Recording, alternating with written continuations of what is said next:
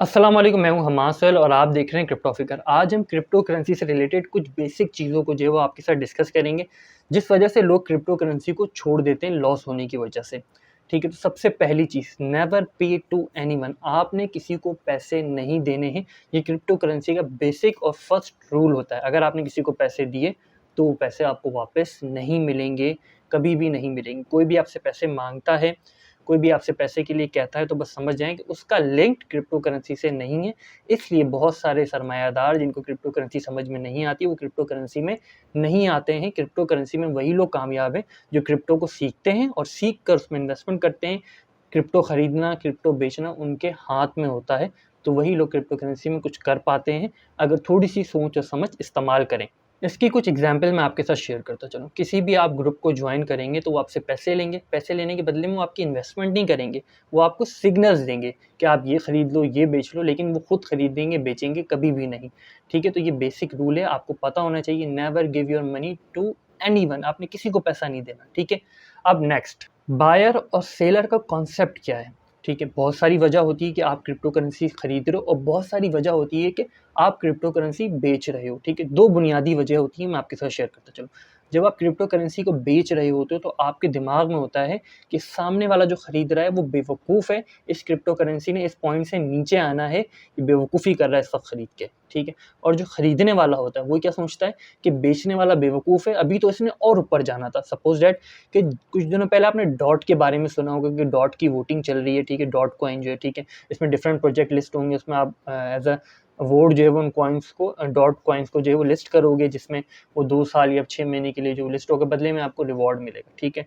तो उस वक़्त $50 का भी डॉट लोगों ने खरीदा। क्या सोच के खरीदा कि डॉट ने एक $100 का हो जाना है, क्योंकि वोटिंग है, इतना बड़ा प्रोजेक्ट है। लेकिन उस टाइम क्या हुआ, हैवी प्रॉफिट टेकिंग हुई। जिन लोगों ने $16 या $10 का खरीदा हुआ था, उन्होंने 50 पे डॉलर का बेच दिया। इस वक़्त डॉट जो है वो $16 का है, यानी कि जिसने 50 का खरीदा था, उस इस वक़्त जो है वो 3 या 4 डॉट उसी पैसों में जो है वो खरीद सकता है, ठीक है? तो इस हवाले से आपने मोहतात रहना है कि किस कॉइन को कब खरीदना है, ये आपको पता होना चाहिए। इसकी 2 बुनियादी चीज़ें होती हैं जो आपको वॉच आउट करनी होती है। पीक पे कभी भी नहीं खरीदना होता है, भले वो कॉइन $50 से $100 का हो जाए, आपको कोई प्रॉफ़िट ना हो, कोई बात नहीं। और दूसरी चीज़ ये कि जब वो कॉइन प्राइस करेक्शन करे, प्राइस करेक्शन क्या?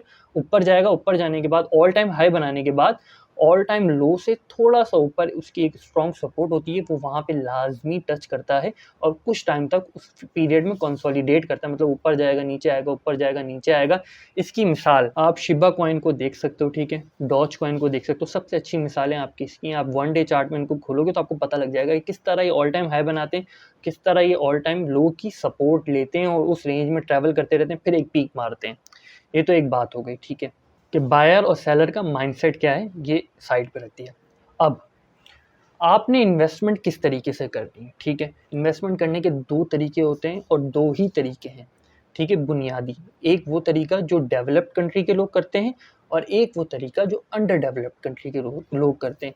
जिस तरह American, European, Chinese, south African नहीं, नॉर्थ कोरियन इन्वेस्टमेंट करते हैं, उस तरीके से आप कभी भी इन्वेस्टमेंट नहीं कर सकते, जबकि आप पाकिस्तान में, इंडिया में, बांग्लादेश में रह रहे हों। उनके पास एक्स्ट्रा अमाउंट ऑफ मनी होती है, वो डॉलर कॉस्ट एवरेज के तहत हर महीने इन्वेस्टमेंट कर सकते हैं और आपके पास जो इन्वेस्टमेंट होती है वो बची-कुची होती है। कुछ पैसे आपने जो कलेक्ट किए होते हैं, बचाए होते हैं, उन पे जो है आप इन्वेस्टमेंट कर रहे हो, तो चाह रहे होते हो कि आपको इसमें से कुछ प्रॉफ़िट हो, ताकि आपकी कुछ अर्निंग हो सके, आप कुछ स्टेबल हो सको। ठीक है? ये एक साइड पे हो गई चीज़ कि 2 तरह की इन्वेस्टमेंट होती है, ठीक है? अब आपने किस तरीके से की इन्वेस्टमेंट करनी है, तो हमने जो है वो strong and safe stable investment करनी होती है, यानी कि आप जिन कॉइन्स में जिस जगह इन्वेस्टमेंट करें वो स्ट्रॉन्ग हो, सेफ हो, स्टेबल हो। अब ज़ाहिर-सी बात है, स्टेबल तो यूएसडीटी है, आप यूएसडीटी लेकर रख लें, आज वो $160 का है, साल बाद जो है वो $185 का हो जाएगा, फिर उसके साल बाद जो है वो 190-200 डॉलर का हो जाएगा। आप इसको प्रीवियस यानी आज से 1 साल पहले चले जाएँ, डॉलर कितने का था, अब कितने का और 1 साल बाद कितने का होगा। ये सबसे सेफ इन्वेस्टमेंट है, पर इसमें तो क्रिप्टो का कोई ताल्लुक ही नहीं है। दूसरी सेफ इन्वेस्टमेंट क्या है, आप बिटकॉइन ले लो, इथेरियम ले लो, डॉलर कॉस्ट एवरेज के तहत उसने टाइम टू टाइम जो है वो बढ़ते रहना है। अब ज़ाहिर-सी बात है कि इतनी बड़ी इन्वेस्टमेंट्स हैं, आपके पास इतनी बड़ी अमाउंट पे आप इन्वेस्ट करोगे तभी आपको जो है प्रॉफ़िट होगा। अब आप चाहते हो कि आप स्टेबल भी रहो, सिक्योर भी रहो, स्टेबल और सिक्योर रहने के साथ साथ जो है वो आप न्यू प्रोजेक्ट्स में चले भी जाओ। तो ज़ाहिर सी बात है ये तमाम चीज़ें रिस्की हैं, लेकिन इसका सबसे सेफ एंड सिक्योर और लेस रिस्की तरीका क्या है कि आप डिफरेंट न्यू प्रोजेक्ट्स में इन्वेस्ट करना चाहते हो। आप चाहते हो कि जो नए-नए प्रोजेक्ट आ रहे हैं आपकी उसमें भी इन्वेस्टमेंट हो, आप उससे भी जो है वो अर्न कर सको। तो ज़ाहिर-सी बात है कि आप अगर चाहो कि हर प्रोजेक्ट में $10-10 इन्वेस्ट करो, ठीक है? आपने 10 प्रोजेक्ट में इन्वेस्ट करा, शायद उसमें से कोई एक प्रोजेक्ट ऑल टाइम हाई बना के दोबारा कंसोलिडेट कर जाए, दोबारा गिर जाए, अगर आपने सही टाइम पर नहीं बेचा, ठीक है? शायद 10 में से 1, शायद 10 में से 10, ये छक्के और चौके वाली बात है, ठीक है? लेकिन ये दिमाग वाली बात नहीं, प्रॉपर प्लानिंग वाली बात ये नहीं है, ये रिस्क होता है, जो डेवलप्ड कंट्री के लोग तो ले सकते हैं। अगर उनका $100 या $1000 भी चला जाए, उनको कोई फ़र्क नहीं पड़ता। जिस कॉइन में हम $10 की इन्वेस्टमेंट करते हैं, वो $1000 की इन्वेस्टमेंट करते हैं और करके उसको ऊपर या नीचे आराम से ले जाते हैं, ठीक है? तो अब सिक्योर तरीका क्या है न्यू प्रोजेक्ट्स में इन्वेस्ट करने का, इस वक़्त तक जो चल रहा है, आने वाले वक़्त में शायद बदल जाए, तो उस हवाले से न्यू अपडेट होगी। इस वक़्त क्या चल रहा है, एक्सचेंज के जो नेटिव टोकन्स हैं, जैसे कि ओकेक्स का ओकेबी, बाइनेंस का बीएनबी, इसी तरह हुबाई एक्सचेंज है और केयू एक्सचेंज है, जो बड़ी एक्सचेंजेस हैं, ठीक है? नेशनल एक्सचेंज में आपने कभी भी नहीं जाना, जैसे कोई इंडियन वज़ीर एक्स में जाएगा तो बेवकूफ़ी करेगा, ठीक है? इसी तरीके से पाकिस्तान से कोई एक्सचेंज लॉन्च होती है, आप उस अपनी नेशनल एक्सचेंज में जाओगे तो आप बेवकूफ़ी करोगे, क्योंकि ज़ाहिर-सी बात है वो एक नेशन को रिप्रेज़ेंट करती है, उसको एक टाइम लगेगा अपनी ग्राउंड बनाने के लिए, ठीक है? उसमें रिस्क इन्वेस्टमेंट होती है, जिस तरह वज़ीर एक्स कॉइन की आप देख सकते हो कि उसने कितना ऑल टाइम हाई बनाया और कितना नीचे आया, वो आप देखोगे तो आपकी समझ में आ जाएगी कि सिचुएशन क्या है। इसी तरीके से आप टैनअप कॉइन को भी देख सकते हो।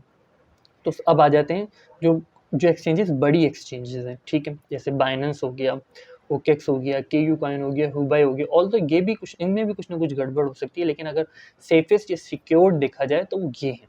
अब इसी के साथ आ जाएँ, अब सिक्योर इन्वेस्टमेंट किस तरीके से हो, तो इनके जो नेटिव टोकन होते हैं, अगर आप वो होल्ड करो, ओकेबी, बीएनबी या हुबाई का जो नेटिव है, केयू के जो नेटिव हैं, तो इनमें different jump start, launch pad आते हैं, प्ले टू अर्न आते हैं, इस किस्म की चीज़ें इनमें आती रहती हैं डिफरेंट टाइम टू टाइम, जहाँ आप उनके नेटिव टोकन को रखकर जो नया प्रोजेक्ट है उसके टोकन जो है वो आप ले सकते हो।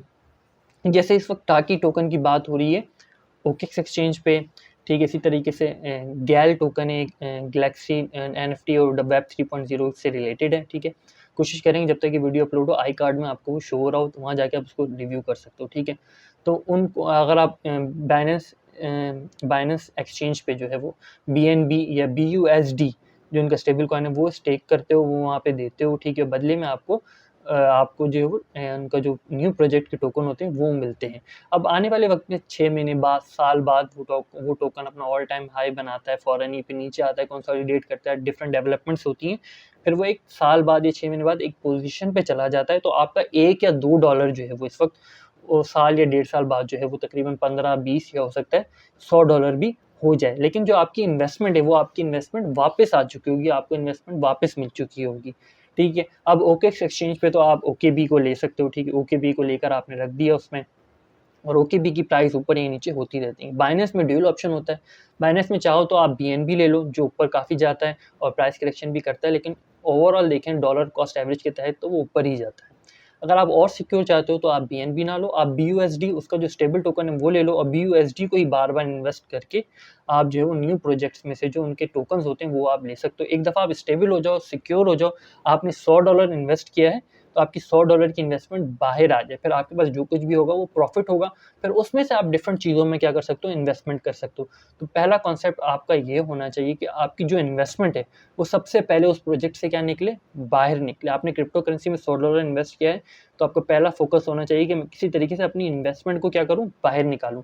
आपने किसी भी कॉइन में, किसी भी प्रोजेक्ट में अगर $10 इन्वेस्ट किए हैं, तो आपका पहला फ़ोकस ये होना चाहिए कि ये जो $10 हैं, वो मैं किस तरीके से बाहर निकालूँ, बाकी प्रॉफ़िट को मैं छोड़ दूँ लॉन्ग टर्म के लिए। ये डेवलपिंग कंट्रीज़ के जो लोग हैं, उनको समझनी चाहिए ये बात कि उनको इस तरीके से इन्वेस्टमेंट करनी है। अब आ जाते हैं कि इन्वेस्टमेंट करने का टाइम क्या है। पहले तो सिक्योर इन्वेस्टमेंट हमने डिस्कस कर ली कि इसमें कोई भी लेस रिस्क है, ठीक है? 90% कोई रिस्क नहीं है, ठीक है? 10% या 5% रिस्क है।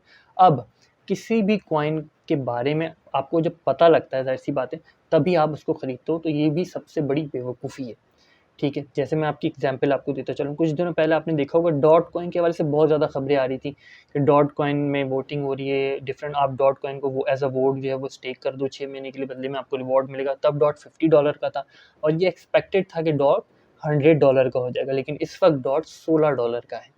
ठीक है, तो बेवकूफ़ी किस तरीके से मैं या कोई भी शख्स आपके साथ कोई न्यूज़ कब शेयर करेगा? जब वो न्यूज़ आएगी, तभी उस न्यूज़ को क्या करा जाएगा? शेयर करा जाएगा। कुछ लोगों ने उस न्यूज़ को तब शेयर करा जब डॉट $42 का था। कुछ लोगों ने उस न्यूज़ को तब शेयर किया जब डॉट $52 का था। ठीक है? लेकिन जिसने 40 पे शेयर किया, जिसने 50 पे शेयर किया, जिसने 30 पे शेयर किया, जिसने 25 पे शेयर किया, उन तमाम लोगों की जो प्रेडिक्शन है वो सही तो गई, $50 तक तो गया, लेकिन इस वक्त डॉट जो है वो $16 पर है। जिसने साल के लिए 6 महीने के लिए अगर इन्वेस्ट किया है तो उसके हिसाब से तो वो भी लॉस में। अब साल बाद 6 महीने बाद डॉट की प्राइस क्या होती है, जाहिर सी बात है उम्मीद तो यही है कि ज़्यादा होगी, लेकिन उस वक्त तक क्या होती है किसी को नहीं पता। ठीक है, तो अब आप जिसको भी फॉलो करते हो, ठीक है, तो आपने पहली चीज़ ये समझनी है कि आपके साथ कोई भी न्यूज़ डिस्कस करी जाती है किसी भी कॉइन के हवाले से, तो आपने उस वक्त नहीं इन्वेस्ट करना होता। ठीक है, जैसे कि मैं आज आपके साथ डिफरेंट कॉइन को डिस्कस कर रहा हूँ, तो आपने उन कॉइन्स को मॉनिटर करना है, उनकी फ्यूचर डेवलपमेंट को मॉनिटर करना है और फिर उनकी फ्यूचर डेवलपमेंट को देख कर जो है वो उसमें इन्वेस्ट करना है। किस तरीके से इस वक्त मौका है डॉट में इन्वेस्ट करने का। डॉट की न्यूज़ आई थी वोटिंग वाली, जब वो $50 का था डॉट। ठीक है, उस वक्त नहीं इन्वेस्ट करना, आपके कान में खबर आ गई, आप सुन लिया, आपने उस कंटिन्यूसली उस कॉइन को मॉनिटर करना है। वो कॉइन पीक पर है, जब वो प्राइस करेक्शन करेगा, ठीक है, दोबारा से अपनी स्ट्रॉन्ग सपोर्ट की जानिब जो है वो आएगा, तब फिर आप उसमें इन्वेस्टमेंट करोगे। यही डॉट में अगर आप $25 में करते इन्वेस्टमेंट, $23 में या $30 में भी करते, तो आने वाले वक्त में 3 महीने बाद यानी कि 1 महीने बाद, 15 दिन बाद, 45 दिन बाद जो है वो आपको डॉट में रिकवरी नज़र आ सकती थी। ऑल्दो कि आप 16 पे नहीं करते, आप 30 पे कर लेते 50 की जगह, लेकिन आप कम से कम वो इन्वेस्टमेंट आपकी $50 की तो नहीं होती। तो इस हवाले से आपको ये बात पता होनी चाहिए। और जो न्यूज़ पे इन्वेस्टमेंट होती है वो शॉर्ट टर्म इन्वेस्टमेंट होती है। किस तरीके से? अब जैसे कि खबर आई कि एलन मस्क जो है वो एलन मस्क जो है वो ट्विटर खरीदने वाले हैं। अब ज़ाहिर सी बात है कि एलन मस्क से डॉज कॉइन लिंक है। एलन मस्क ट्विटर को खरीदेंगे तो ज़ाहिर सी बात है डॉज कॉइन ने पंप करना है।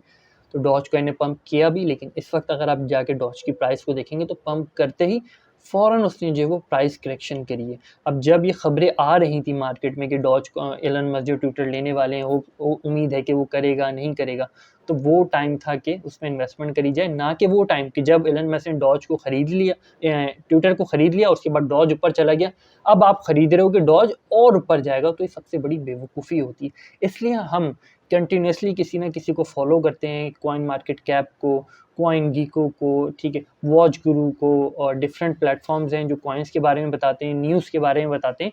वहाँ से हम न्यूज़ गैदर करते हैं, न्यूज़ को देखते रहते हैं, कंटिन्यूसली न्यूज़ को मॉनिटर करते रहते हैं, और उनमें से वो न्यूज़ होती है जिस पे एक्सपेक्टेड होता है, जिस पे उम्मीद होती है कि आने वाले वक्त में शायद ये कॉइन अभी तो लो है, लेकिन आने वाले वक्त में ऊपर चला जाएगा। जैसे कि शिबा इनू के हवाले से न्यूज़ थी, वो अपना मेटावर्स एनएफटी जो है वो लॉन्च करने वाले हैं, रॉबिनहुड पे उनकी लिस्टिंग होने वाली है। इस हवाले से न्यूज़ जो पहले से चल रही थी, जिन्होंने उस वक्त इन्वेस्ट किया, तो ज़ाहिर-सी बात है जब शिबा इनू रॉबिनहुड पे लिस्ट हुआ तो 20% को उसने इंक्रीज़ लिया, वहाँ पे लोग प्रॉफिट टेकिंग आउट करके वापस आ गए। अब दोबारा शिप जो है वो उसी रेंज पर आ गया है। तो इस हवाले से आपने ये सुन के कि शिप जो है वो रॉबिनहुड पे लिस्ट हो गया है, शिप ने 20% का इंक्रीज़ ले लिया, अब शिप दोबारा से 10% या 20% का इंक्रीज़ लेगा। ऑल्दो अगर वो ले भी ले, आपको प्रॉफिट भी हो जाए, तो वो आपका गुड लक है, कोई आपकी अक्लमंदी नहीं है। तो सबसे बड़ी बेवकूफ़ी यही होती है, जिस वजह से लोगों को लॉस होता है और लोग क्रिप्टो को छोड़ के जो है वो चले जाते हैं, कहते हैं कि ये हाईली वॉलेटाइल है, हाईली रिस्की है।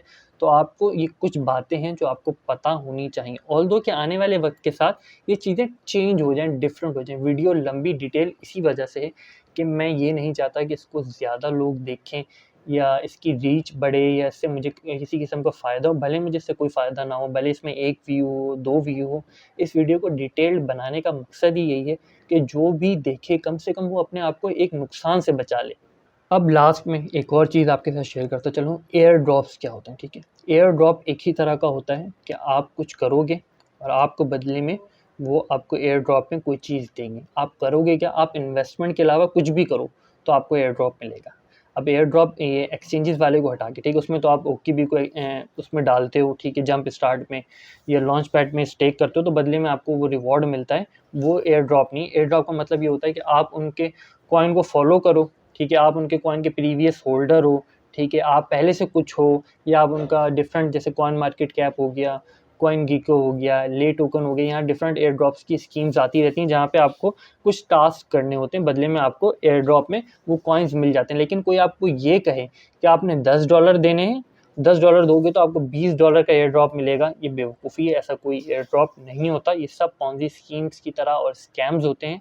तो एयर ड्रॉप में ये चीज़ आपको पता होनी चाहिए कि आपने कुछ डिफरेंट टास्क करने हैं, उनको फॉलो करना है, वो भी सेफ एंड सिक्योर प्लेटफॉर्म से। जिस तरीके से कॉइन मार्केट कैप पर होता है, इसी तरीके से सिमिलर डिफरेंट प्लेटफॉर्म से वहाँ पर आप डिफरेंट टास्क को करते हो, आपको एयर ड्रॉप मिलता है। या फिर एयर ड्रॉप किनको मिलता है, फ़र्ज़ करें कि आपने किसी टोकन को होल्ड किया हुआ है, जैसे कि एप कॉइन के हवाले से ही एग्जांपल ले लेते हैं, जिन्होंने एप यार्च ऐप और म्यूटेंट एनएफटीज को जो है वो पहले से होल्ड किया हुआ था, ठीक है।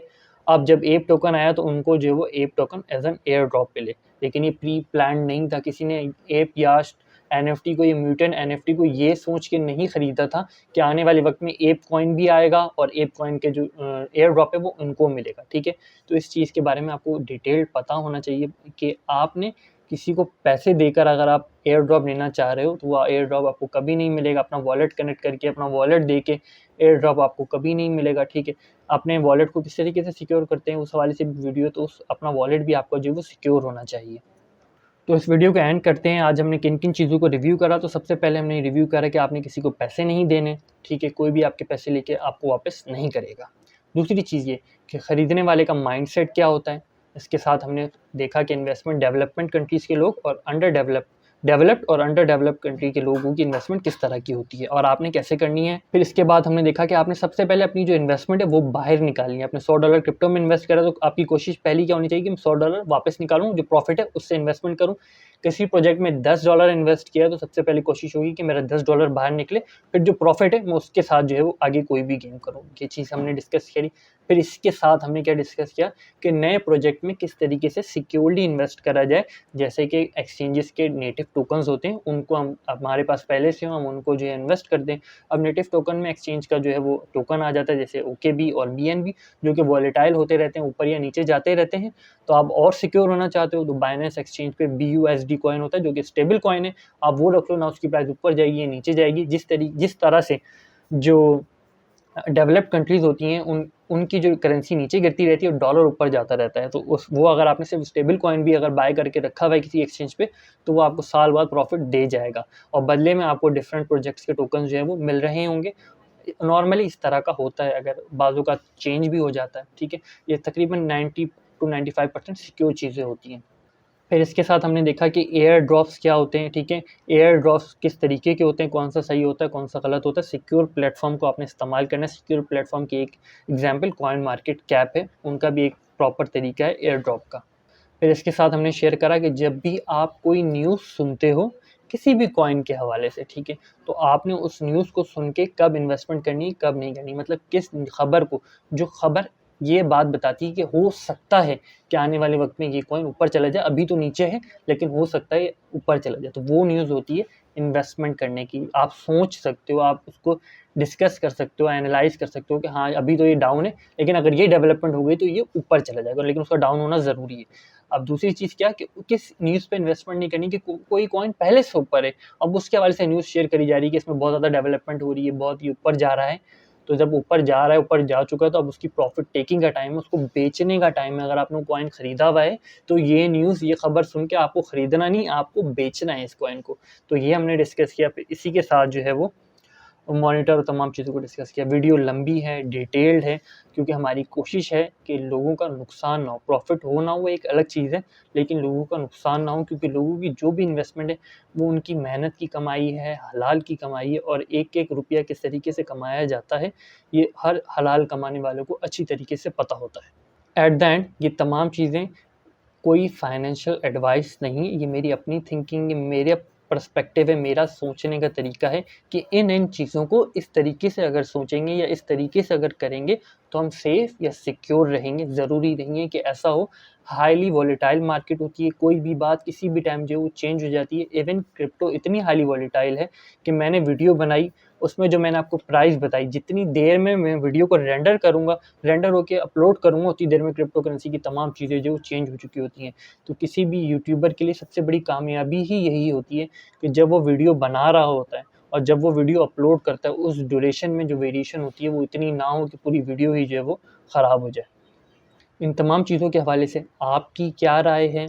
आप क्या सोचते हो? मैंने क्या गलत बोला? मुझे क्या सही बोलना चाहिए था? उन तमाम चीज़ों को कमेंट में मेंशन करें ताकि जो नए लोग हैं वो इख्तलाफ़ राय यानी कि आपकी जो मेरी आप जिन बातों से इख्तलाफ़ करते हैं मेरी, तो वो उनको भी पढ़ सकें, उनके नेगेटिव पॉइंट्स को भी जो है वो लोग पढ़ सकें ताकि लोगों को पता हो कि मेरे बताने का ये तरीका है, जो मुझे सुन रहे हैं उनका ये तरीका है, अच्छा ये भी एक पॉइंट ऑफ व्यू है, ये भी एक पॉइंट ऑफ व्यू है ताकि मदद हो सके। आपका जो भी कमेंट होता है वो पॉज़िटिव हो या नेगेटिव हो, वो किसी न किसी की मदद करता है और मेरी कोशिश होती है कि मैं किसी भी नेगेटिव कमेंट को जो है वो डिलीट ना करूँ क्योंकि इन द फ्यूचर टाइम वो कमेंट तो रह जाता है और लोग जो उस कमेंट को पढ़ते हैं, लोगों के दिमाग में भी रह जाता है और लोगों की एक मदद हो जाती है।